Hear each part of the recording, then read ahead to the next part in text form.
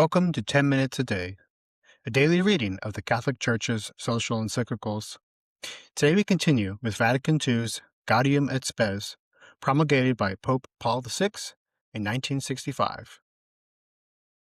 Although the Church has contributed much to the development of culture, experience shows that, for circumstantial reasons, it is sometimes difficult to harmonize culture with Christian teaching. These difficulties do not necessarily harm the life of faith. Rather, they can stimulate the mind to a deeper and more accurate understanding of the faith. The recent studies and findings of science, history, and philosophy raise new questions which affect life and which demand new theological investigations. Furthermore, theologians, within the requirements and methods proper to theology, are invited to seek continually for more suitable ways of communicating doctrine to the men of their times. For the deposit of faith, or the truths, are one thing, and the manner in which they are enunciated, in the same meaning and understanding, is another. In pastoral care, sufficient use must be made not only of theological principles, but also of the findings of the secular sciences, especially of psychology and sociology, so that the faithful may be brought to a more adequate and mature life of faith. Literature and the arts are also, in their own way, of great importance to the life of the Church. They strive to make known the proper nature of man, his problems, and his experiences in trying to know and perfect both himself and the world. They have much to do with revealing man's place in history and in the world, with illustrating the miseries and joys, the needs and strengths of man, and with foreshadowing a better life for him. Thus they're able to elevate human life, expressed in multiform forms according to the various times and regions. Efforts must be made so that those who foster these arts feel that the Church recognizes their activity, and so that, enjoying orderly liberty, they may initiate more friendly relations with the Christian community. The Church acknowledges also new forms of art, which are adapted to our age and are in keeping with the characteristics of various nations and regions.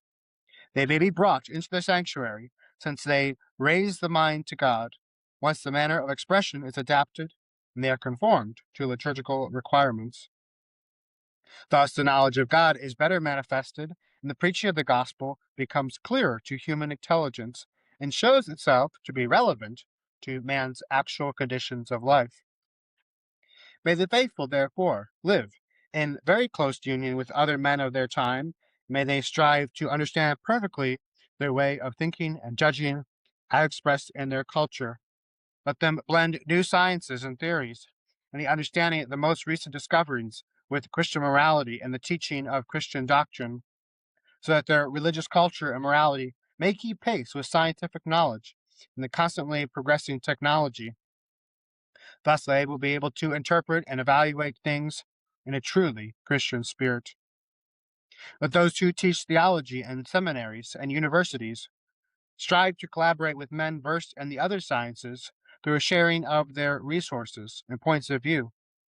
Theological inquiry should pursue a profound understanding of revealed truth.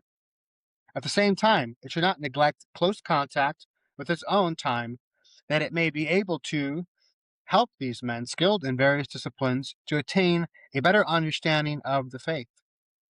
This common effort will greatly aid the formation of priests, who will be able to present to our contemporaries the doctrine of the Church concerning God, man, and the world, in a manner more adapted to them, so that they may receive it more willingly. Furthermore, it is to be hoped that many of the laity will receive a sufficient formation in the sacred sciences, and that some will dedicate themselves professionally to these studies, developing and deepening them by their own labors. In order that they may fulfill their function, let it be recognized that all the faithful, whether clerics or laity, possess a lawful freedom of inquiry, freedom of thought, and of expressing their mind with humility and fortitude in those matters on which they enjoy competence. Chapter 3. Economic and Social Life. In the economic and social realms, too, the dignity and complete vocation of the human person and the welfare of society as a whole are to be respected and promoted. For man is the source, the center, and the purpose of all economic and social life. Like other areas of social life, the economy of today is marked by man's increasing domination over nature, by closer and more intense relationships between citizens, groups, and countries, and their mutual dependence, and by the increased intervention of the state. At the same time, progress in the methods of production and the exchange of goods and services has made the economy an instrument capable of better meeting the intensified needs of the human family. Reasons for anxiety, however, are not lacking. Many people, especially in the economically advanced areas, seem, as it were, to be ruled by economics, so that almost their entire personal and social life is permeated with a certain economic way of thinking.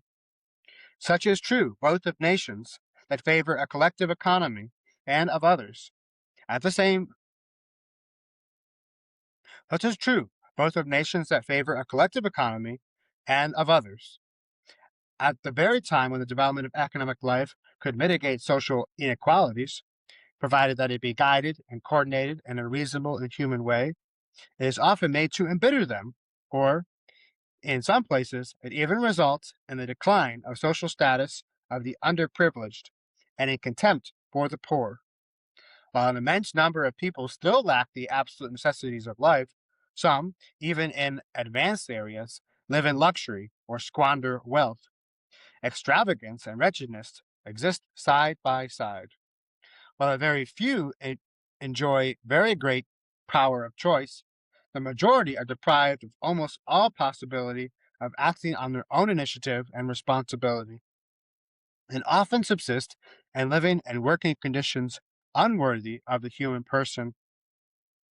A similar lack of economic and social balance is to be noticed among agriculture, industry, and the services, and also between different parts of one and the same country.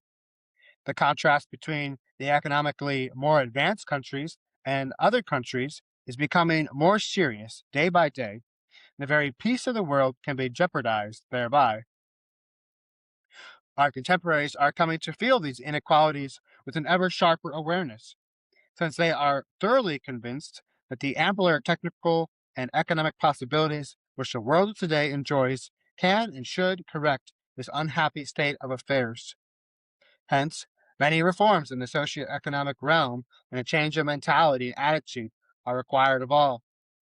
For this reason, the Church, down through the centuries, in the light of the gospel, has worked out the principles of justice and equity demanded by right reason, both for individual and social life, and for international life, and she has proclaimed them, especially in recent times. This sacred council intends to strengthen these principles according to the circumstances of this age and to set forth certain guidelines, especially with regard to the requirements of economic development. Section 1. Economic Development.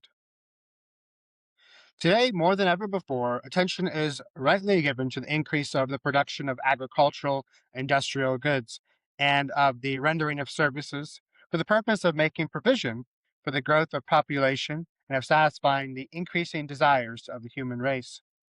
Therefore, technical progress, an inventive spirit, an eagerness to create and to expand enterprises, the application of methods of production, and the strenuous efforts of all who engage in production, in a word, all the elements making for such development must be promoted. The fundamental finality of this production is not the mere increase of products, nor profit or control, but rather the service of man, and indeed of the whole man, with regard for the full range of his material needs and the demands of his intellectual, moral, spiritual, and religious life. This applies to every man whatsoever, and to every group of men, of every race, and of every part of the world.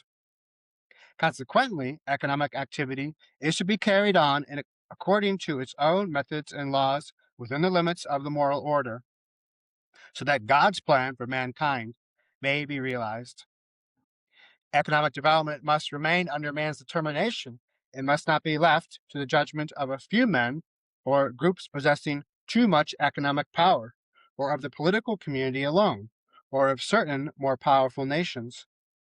It is necessary, on the contrary, that at every level the largest possible number of people, and when it is a question of international relations, all nations have an active share in directing that development.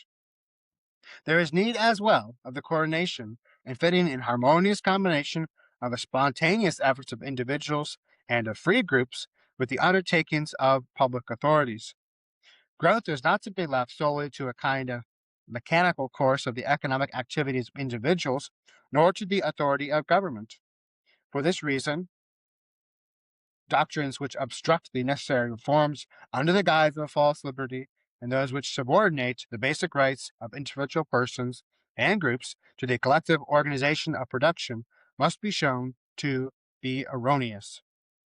Citizens, on the other hand, should remember that it is their right and duty, which is also to be recognized by civil authority, to contribute to the true progress of their own community according to their ability, especially in underdeveloped areas where all resources must be urgently employed. Those who hold back their unproductive resources or deprive their community of the material or spiritual aid that it needs, saving the personal right of migration, gravely endanger the common good.